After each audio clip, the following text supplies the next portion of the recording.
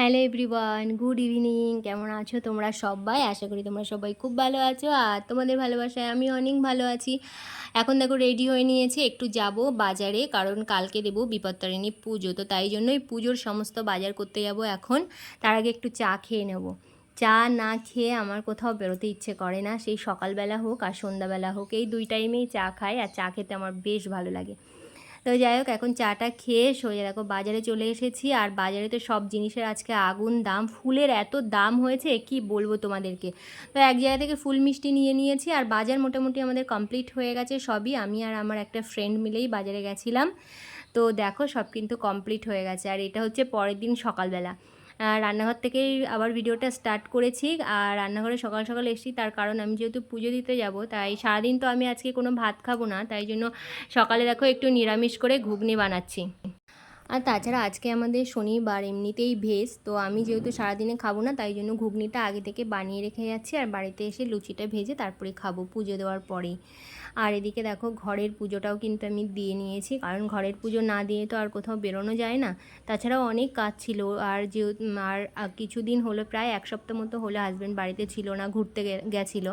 তো সেই সমস্ত জামা কাপড় সকাল থেকে মানে কাচতে কাচতে আর মেলতে মেলতে পুরো নাজেহাল অবস্থা, আরও টুকটাক অনেক কাজ ছিল।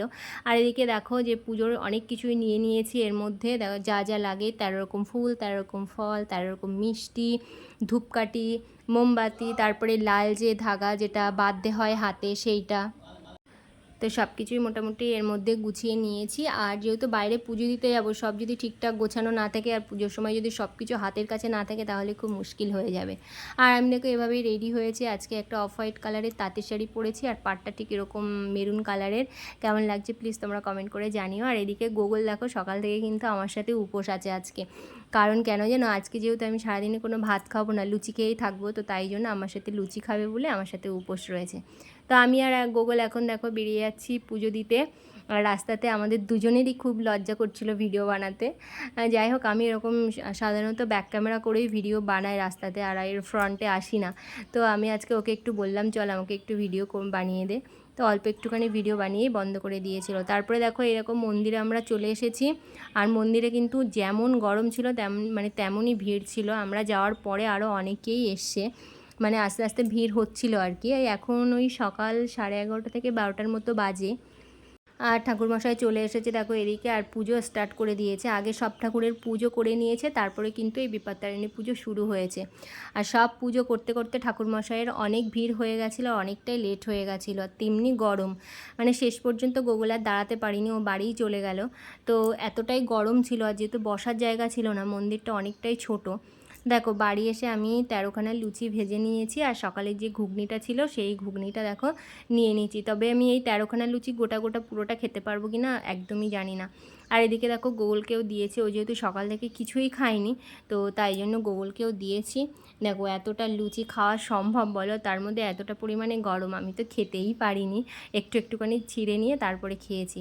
আর এদিকে দেখো বিকাল হয়ে গেছে, আর যে ফলগুলোতে পুজোতে দিয়েছিলাম সেই ফলগুলো এখন কেটে সবাইকে দেবো আর আমি নিজেও খাবো।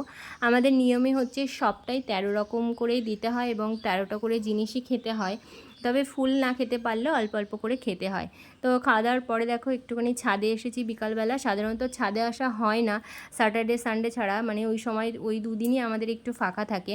আর দেখো এখানে প্রচণ্ড গরম ছিল, আর সারাদিন যেহেতু উপোস করে আছি চোখ মুখটা ভীষণই বসে গেছে। আর একটা জিনিস চলো দেখাই তোমাদের, গোগল দেখো কোথায় খেলা করছে। ওই দেখো, তোমরা বুঝতে পারছো কি না জানি না, গোগল কিন্তু ওখানে খেলা করছে। বিকাল হলে ওকে খেলতে যেতে দিতেই হবে, তাই যাই হয়ে যাক না কেন ওকে খেলতে মানে যেতেই হবে আর কি।